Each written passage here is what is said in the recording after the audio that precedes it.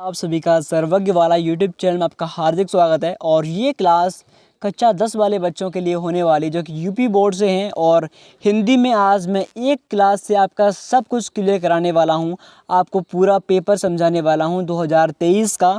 तो क्लास को स्टार्ट करती हैं। ध्यान से देखना है आपको, ये आपका पेपर 2023 का है। अगर आप पहली बार पेपर दे रहे हैं तो आप बिल्कुल भी मत घबराइए। मैं आपको आज पूरा पेपर इस तरीके से समझा दूंगा कि आप पेपर को पूरा करके आओगे। ठीक है, तो ध्यान से देखिए, ये कुछ निर्देश होते हैं, इंस्ट्रक्शंस आपको ये पढ़ लेने हैं कि 15 मिनट आपको परीक्षा में पढ़ना है। पेपर OMR फिट नीले काले पेन से लिखनी है और आपको समझ लेना है। ठीक है, यहाँ पर लिखे रहते हैं इंस्ट्रक्शन, ये आपको दिखाई दे रहे होंगे जैसे कि यहाँ पे ये पहला दूसरा तीसरा, ये आपको पढ़नी है। ठीक है, अब पढ़ने के बाद क्या करना है, आपको मिलते हैं बहुकल्पीय प्रश्न खंड अ में। ठीक है, तो ध्यान देना है, पेपर में कभी भी भूलकर आपको ये वाली लाइन नहीं लिखनी है। ये दिखाई दे रही है आपको, डायरेक्टली आपको, जैसे कि पहला बहुकल्पीय प्रश्न लिखा है हमारा, बाबू गुलाब राय किस युग के लेखक हैं। ओके, तो यहाँ पर 4 ऑप्शन आपको मिलती हैं, द्वितीय युग, शुक्ल युग, शुक्लेंद्र युग और भारतेंद्र युग। ओके, इन चारों ऑप्शन में आपको क्या करना है, पेपर में आपको डायरेक्टली क्या करना है, प्रश्न खंड लिखना है ऊपर। ठीक है, खंड लिखने के बाद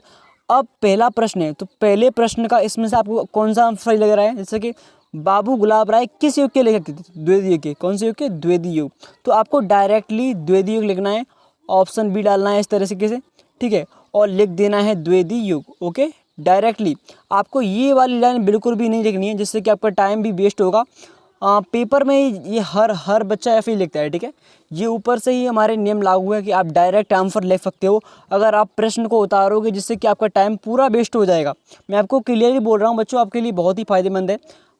ठीक है, अब मैं आपको पहले पूरा पेपर करा देता हूँ, जिसके बाद देखेंगे। ठीक है, तो सेकंड क्वेश्चन देखते हैं। सेकंड क्वेश्चन में क्या है अपना, देखिए ध्यान से देखिए, चिंतामणि किस विधा की रचना है। तो चिंतामणि एक आचार्य रामचंद्र शुक्ल जो आपने पढ़ा होगा, तो उनका एक निबंध है। क्या है, निबंध।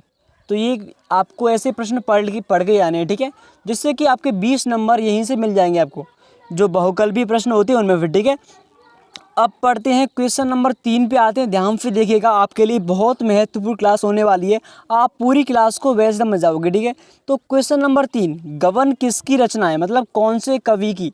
तो मुंशी प्रेमचंद, जयशंकर प्रसाद, निराला, हरिकृष्ण प्रेमी। आप बिल्कुल भी आपको घबराना नहीं है। जैसे यहाँ पर निराला लिखा है, तो निराला उनका जो राइटर होता है, पेपर बनाने वाला, वो शॉर्ट में लिख देता है। इनका पूरा नाम सूर्यकांत त्रिपाठी निराला है, आपने पढ़ा होगा, चैप्टर आपकी क्लास में आया होगा जरूर। तो गबन जो रचना है वो है मुंशी प्रेमचंद की, आपको ध्यान देना है। ठीक है, पहला ऑप्शन का सही है। ध्यान से, ये प्रश्न दोबारा भी पूछ सकता है, इनको ध्यान देना है। और क्वेश्चन 4 देखते हैं, शुक्ल युग की समयावधि, मतलब शुक्ल युग कब से कब तक चला। तो आपको ध्यान देना है, 1919 से लेकर 1938 तक शुक्ल युग चलता है। ओके, ये आपको आपकी किताब में है ऑलरेडी, आपको पढ़ लेना है ध्यान से। ठीक है, अब बात करते हैं क्वेश्चन नंबर 5 की, नीड का निर्माण फिर किस विधा की रचना है। तो ये एक आत्मकथा है। क्या है, नीड का निर्माण फिर, ये एक हमारी क्या है, आत्मकथा है। ठीक है, हाँ सर।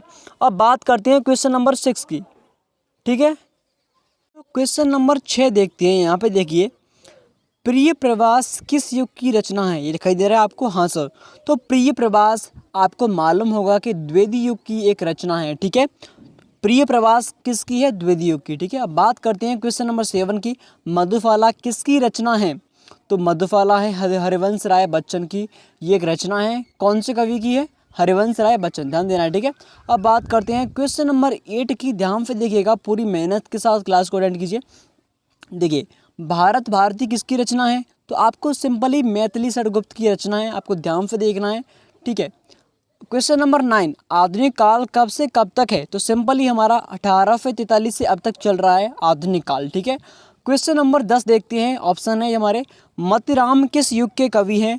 आधुनिक काल, आदिकाल, भक्ति काल और ऑप्शन डी रीतिकाल। ओके, तो रीतिकाल के कवि हैं मतिराम, ध्यान देना है आपको, ऑप्शन डी हमारा सही है।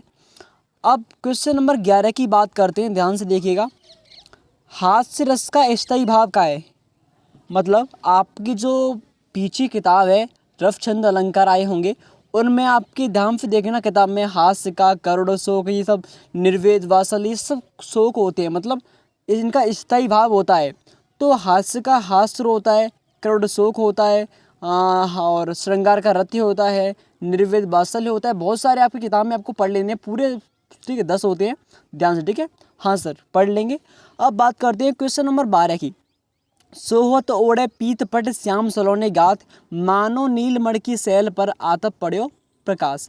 ये सिंपली आपको ध्यान से देखना है, इसमें कौन सा अलंकार ये लिखा है, उपरोक्त पंक्तियों में कौन सा अलंकार है। 1 नंबर का क्वेश्चन है।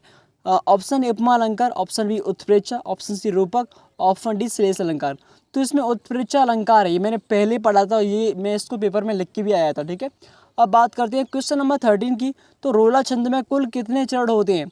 आपको रोला, कुंडलियाँ, चौपाई, छंद ये आपको पढ़ लेने, पूरे 6-6 नंबर के आते हैं। पीछे इनकी डेफिनेशन लिखनी आती है, मतलब पहचान लिखनी आएगी, और इसका एक एग्जाम्पल लिखने के लिए भी आता है, ठीक है।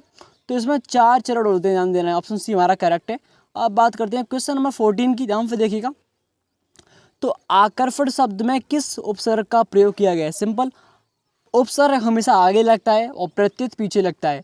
तो आ पहला वर्ड हमारा सही है, ऑप्शन डी आ हमारा इसमें उपसर्ग है, ठीक है। इतना क्लियर जी सर। अब बात करते हैं क्वेश्चन नंबर 15 की। तो प्रत्यय के कितने भेद होते हैं। सिर्फ 2 ही भेद होते हैं, ऑप्शन ए हमारा सही है, ठीक है। पीताम्बर में कौन सा समास है। पीत धन अंबर, मतलब पीला है, जो पीले वस्त्र होती हैं भगवान कृष्ण की, जो आपने पढ़े होंगे। तो पीला है अंबर, तो बहुब्रीहि समास इसमें हमारा है, ये आपको ध्यान देना है, ऑप्शन सी करेक्ट है, ठीक है। अब बात करते हैं क्वेश्चन नंबर 17 की। तो आंसू का तत्सम रूप क्या है। ये आपको दिखाई दे रहा है, आंसू का तत्सम रूप क्या है। अश्रु, अंश, रोना, आँख। तत्सम कहते हैं जो शब्द हिंदी में होता है, और तद्भव कहते हैं, तद्भव कहते हैं जिस शब्द हिंदी में होगा, और तत्सम कहते हैं जो शब्द संस्कृत में होगा। तो इसमें अश्रु हमारा संस्कृत में है, ठीक है। तो ऑप्शन एक करेक्ट हमारा अश्रु, आंसू का क्या होता है, अश्रु होता है, ठीक है। अब बात करते हैं 18 की। यड़ संधि का सूत्र क्या है। आद्य गुण, अकह सर्वड़े दीर्घ, एक ही ओर वृद्ध रिच। ये तो सिंपल ही भाई, आपकी किताब में हिंदी की बुक में ऑलरेडी है। तो एक ही ओर ये सूत्र यड़ संधि का होता है। आद्य गुण होता है गुण संधि का, अकह सर्वड़े दीर्घ होता है दीर्घ संधि का, और वृद्ध रिच होता है वृद्धि संधि का। ये आपको ध्यान देने, ये सिंपल है भाई, पहले ही पढ़े मैंने, और आपको पढ़ लेने आपकी किताब में जो डेफिनेशन होती है उसके सामने लिखे होंगे, आपको देख लेने हैं, ठीक है। अगर आपको चाहिए तो प्लीज़ कमेंट कीजिए कि हमें सर क्या चीज़, आपको जो भी मटेरियल चाहिए आपकी क्लास से संबंधित, तो हमें कमेंट जरूर कीजिए, ओके। अब बात करते हैं क्वेश्चन नंबर 19 की, ध्यान से देखिएगा। तो 19 नंबर, फलस्व शब्द का वचन एवं विभक्ति क्या है। ये वचन और विभक्ति बच्चों का दिमाग खाते हैं, ये अगर आप पे समझ में नहीं आते तो कमेंट कीजिए, आपके लिए मैं ज़रूर क्लास लाऊंगा। ध्यान से देखिए, तो ये हमारा षष्ठी विभक्ति एक वचन, ठीक है। हाँ सर। अब बात करते हैं अपठ धातु का वचन एवं पुरुष है, तो इसका मध्यम पुरुष द्विवचन, ओके। हाँ सर, डी ऑप्शन करेक्ट है। अब यहाँ से आता है आपका पूर्णांक खंड ब, यानी सेक्शन बी बोलते हैं इंग्लिश में, और हिंदी में कहते हैं खंड ब। तो ध्यान से देखिए, आपको इस प्रकार से एक पैराग्राफ मिलता है, ठीक है। ये पूरे 6 नंबर का होता है, और ये आपकी किताब में से आता है, ठीक है। आपकी बुक में से गद्यांश का एक अलग आता है और पद्यांश का एक अलग, 6-6 नंबर के 2 आते हैं, ठीक है। और इसमें अथवा में ऑप्शन दिया होता है, ठीक है, ये लिखा है अथवा में। हाँ सर, 2 मिलती हैं, आपको दोनों में से एक कर देना होता है। ये अथवा में एक दिया है, एक ऊपर दिया है, ठीक है, दोनों ही 6-6 नंबर के। अब देखिए, यहाँ पर आपसे कहता है, ये अंडरलाइन दिखाई दे रही है आपको, जिनके नीचे लाइन खींची गई है। हाँ सर, दिखाई दे रहा है। तो इन लाइन से आपके कारण क्या करना है। अब इसमें से आपको 1 क्वेश्चन, 2 क्वेश्चन, 3 क्वेश्चन पूछता है, जिसमें से आपको पहला क्वेश्चन पढ़ना है। उपर्युक्त गद्यांश का संदर्भ लिखिए, मतलब इस पूरे का संदर्भ, ये किस पाठ से लिया गया है। प्रस्तुत गद्यांश हमारी पाठ्य पुस्तक हिंदी के कौन से कवि है, कौन से पाठ से संबंधित है, और किस कवि के द्वारा लिखा गया है, ठीक है। आपको यही लिखना पड़ता है, कोई बड़ी बात नहीं है। कमेंट कर दीजिए, हम आपके लिए पूरी लिस्ट खोल के रख देंगे, आपके लिए पूरा तैयार है, ठीक है। अब दूसरा, इससे आपके 2 नंबर यहाँ से पक्के हो जाएंगे, ठीक है। आपको बस 2 लाइन लिखनी है, 2 लाइन में आपका पूरा। अब दूसरा कहता है गद्यांश के रेखांकित, रेखांकित का अर्थ समझ रहे हो, जो जिन पर लाइन खींची है, मतलब पहली लाइन पे लाइन है और दूसरी यहाँ तक लाइन खींची हुई है, मतलब यहाँ से लेकर यहाँ तक आपको इसकी व्याख्या करनी है, पूरे की नहीं करनी है, यहाँ से लेकर सिर्फ यहाँ तक की व्याख्या करनी है। ऐसा कि यह कोई बात नहीं है कि एक स्वभाव और रुचि में लोगों की मित्रता हो सकती है, मित्रता पाठ से संबंधित है, और आचार्य रामचंद्र शुक्ल इसके कवि हैं। मैं इसका संदर्भ बताऊँ आपको। हाँ सब, तो आपको लिखना है प्रस्तुत गद्यांश हमारी पाठ्य पुस्तक हिंदी के मित्रता पाठ से लिया गया है, और इसके कवि आचार्य रामचंद्र शुक्ल है, ठीक है। आपको ये लिख देना है बस, 2 नंबर पर क्लियर। अब यहाँ से आपको क्या करना है, इसकी व्याख्या कर लेनी है। व्याख्या इसी में से आपको छांट छांट के बहुत ही अच्छे भाव से लिखनी है कि ये प्रस्तुत पंक्तियों में कवि कहता है, आपको पूरी तरह से आपको ढंग से लिखना है, ठीक है। तीसरा हमारा क्या कहता है, लेखक के अनुसार समाज में विभिन्नता देखकर लोग एक दूसरे की ओर क्यों आकर्षित होते हैं, ये आपको इसी में से पढ़ना है, ठीक है। ये तीसरा क्वेश्चन इसमें छांट के करना पड़ता है, इसके 2 नंबर आपके क्लियर। यहाँ पर देखिए, यहाँ पर लिखा हुआ है, देखिए समाज में विभिन्नता देखकर लोग एक दूसरे की ओर, यहीं से आपको छांट लेना है, ठीक है, जिससे 2 नंबर आपके यहाँ से पूरे क्लियर हो जाएंगे, ठीक है। मान लीजिए आप पर ये पहला पैराग्राफ नहीं आता है, ये वाला, ठीक है, तो सर क्या करेंगे हमें बताइए। तो आपको बिल्कुल भी नहीं घबराना है, क्योंकि यहाँ पर आपको एक अथवा में ऑप्शन मिलता है, ये देखिए, ये भी 6 नंबर का ही होता है, ये वाला। हाँ सर, अगर ऊपर वाला नहीं आ रहा है तो इसको कर सकते हो आप, ये आपको दिखाई दे रहा है, ये भी पूरा 2 नंबर का 6, इनमें से आपको इसको कर सकते हो या उसको कर सकते हो। इतना क्लियर हो गया? हाँ सर, इतना क्लियर। अब बात करते हैं, ये तो ऊपर गद्यांश का हो गया, अब नीचे पद्यांश की बात करते हैं। देखिए यहाँ पर आपको दिखाई दे रहा है ये वाला प्रश्न 2, ये पद्यांश का क्वेश्चन है, मतलब पीछे बीच में आते हैं सूरदास, तुलसीदास, ये उनकी चैप्टर की बात कर रहा है, ठीक है। शुरुआत में तो आचार्य रामचंद्र शुक्ल था, जयशंकर प्रसाद थे, उन चैप्टर्स की बात करेंगे तो वो गद्यांश में आता है, और जो बीच में होते हैं वो पद्यांश में आता है। किस में आता है फिर? पद्यांश में, ठीक है। हाँ सर, पद्यांश में। तो यहाँ पे देखिए, अब पद्यांश का भी 6 नंबर का होता है, ये तो सिंपल है भाई, इनमें 3 प्रश्न इसमें पूछे जाएंगे, 3 उसमें। तो चरण कमल बंदो हरे राई, जाकी कृपा पंगु गिरी लंघ है, अंधे को सब कुछ दर्शाई, बहरो सुने गूंग पुन बोले, रंग चले सर छत्र धराई। आपको इनको पढ़ लेना है, इन लाइन्स को, ठीक है। पढ़ने के बाद आपको वही तरीका है, वही 3 क्वेश्चन पूछे जाएंगे, संदर्भ लिखना है आपको, व्याख्या करनी है, और इसमें ये पूछता है कि इसमें कौन सा अलंकार है, बस आपको ये बोल देना है। अब 6 नंबर यहाँ पे आपको क्लियर हो जाएंगे, ठीक है। 2 नंबर का 3 प्रश्न है। हाँ सर, अब यहाँ पर भी अथवा में आपको मिलता है, अगर आप पर ऊपर वाला नहीं आ रहा है ये वाला, तो क्या करना है सर, हमको ये वाला कर देना है सिंपली। हाँ सर, हमें एक कर देंगे, ठीक है। तो यहाँ पर शून्य सुंदर वने वैन सुधार सान है, ठीक है, आपको वो कर देना है या फिर ये कर देना है। जैसे कि यहाँ पर इसके भी 3 क्वेश्चन पूछे जाएंगे, और ये भी पूरा 6 नंबर का है, ठीक है। यहाँ पर भी देखिए, यहाँ पर भी 3 क्वेश्चन पूछे गए हैं कि नहीं है? हाँ सर, ये तो हमारे लिए बहुत फ़ायदेमंद है, चिंता मत कीजिए, आपके लिए दो आती हैं व्याख्या, उनमें से एक आपको करनी पड़ती है, आपको अथवा में फ़ोन दे देते हैं, ठीक है। इतना क्लियर? हाँ सब। अब यहाँ पर क्वेश्चन नंबर 3 की बात करते हैं, जो कि संस्कृत में आता है, ठीक है। दिए गए संस्कृत गद्यांश में से किसी एक का संदर्भ सहित हिंदी में अनुवाद करना है। अब आपको यहाँ पर भी 2 पैराग्राफ मिलते हैं, ठीक है, जैसे कि पहला वाला ये यहाँ पे संस्कृत में आपको 2 मिलते हैं, ठीक है। 5 नंबर का ये है हमारा, 5 नंबर आपको मिलने वाले हैं। बस क्या करना है, आपको देखना है ये कौन से पार्ट से लिया गया है, तो आपको लिख देना है संस्कृत में ही प्रस्तुत गद्यांश हमारी पार्ट है, ये वही बिल्कुल सेम टू सेम वैसा ही है, कौन से पार्ट से, कौन से इनके कवि कौन से, बस ये आपको लिख देना है किसमें? संदर्भ में, ठीक है। अब यहाँ पर कह रहा है हिंदी में अनुवाद कीजिए, क्या करना है? हिंदी में। तो आपको इस पूरे की हिंदी करनी पड़ेगी, लिख देना है हेडिंग, मतलब हेडिंग लिखनी है आपको, हिंदी अनुवाद। हेडिंग में हिंदी अनुवाद लिखने के बाद इस पूरे की हिंदी कर देनी है। अगर आप पर ये भी नहीं आता है तो आप पर अथवा में एक और ऑप्शन मिलता है, मानव जीवन संस्कृत, ये लिखा है आपको, हाँ, अथवा में आपको ये कर देना है सिंपली। अगर वो नहीं आ रहा है, छोटा जो आप पर आए फिर वही करना है, ठीक है। जो चीज़ नहीं आ रही है उसको मत करना, जो आप पर आए अथवा में छाट लेना, ठीक है।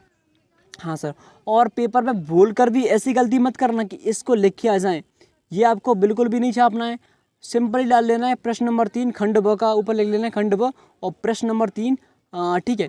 और यहाँ पर इसकी हिंदी कर देनी है, संदर्भ लिखना है। आपको विशेष रूप से हेडिंग डालनी है, अगर आप हेडिंग डालना भूल डालते हो और क्वेश्चन नंबर नहीं डालते हो तो पेपर में बहुत गड़बड़ हो जाएगी भाई आपकी।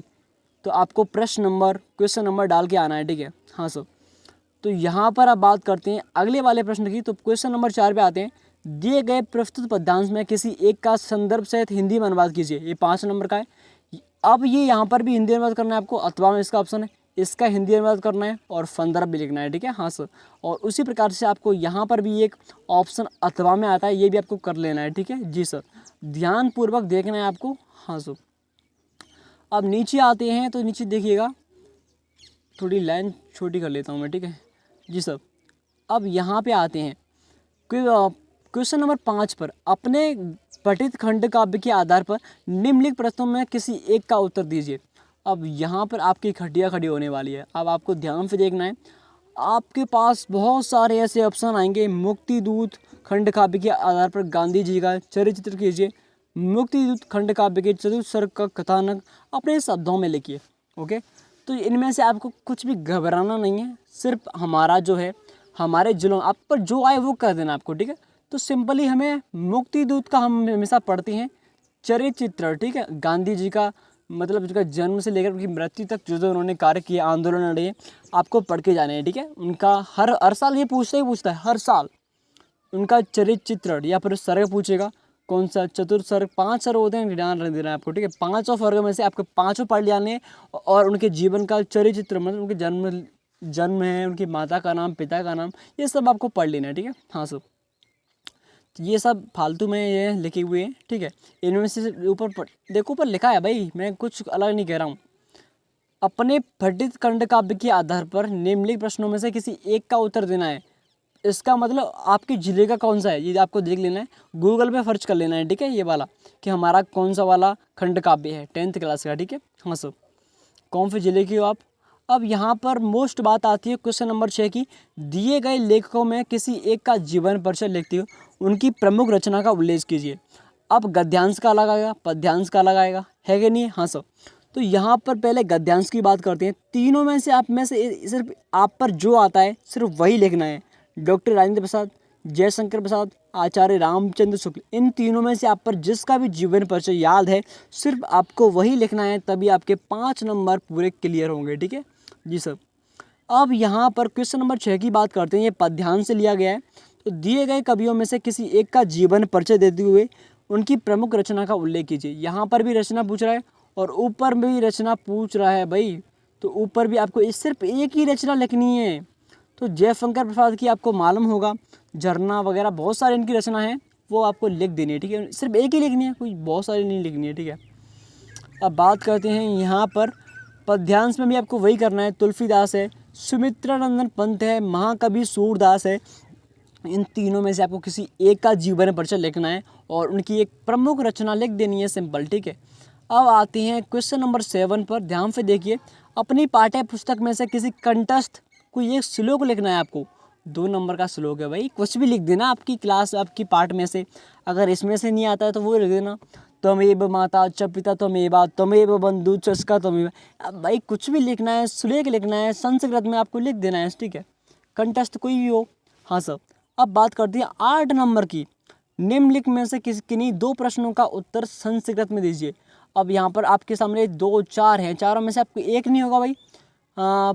पुरुराज का हाफिज, पुरुराज कौन थे, चंद्रशेखर का हाफिज, चंद्रशेखर कौन थे, आपको सिर्फ 2 ही कर देने हैं, आपके 4 नंबर यहाँ से पूरे हो जाते हैं। अब बात करते हैं क्वेश्चन नंबर 9 की, ठीक है जी सर। तो यहाँ पर ये वाला पॉइंट आपके लिए बहुत महत्वपूर्ण होने वाला है, क्योंकि ध्यान देना है निम्नलिखित में से किसी एक का जीवन परिचय आपके लिए बहुत महत्वपूर्ण है। मालूम है क्यों? क्योंकि यहाँ पर देखिए, सॉरी मैं क्या बोल रहा हूँ, यहाँ पर एक निबंध लिखना है। क्या लिखना है? निबंध। और निबंध भी 9 नंबर का है पूरा।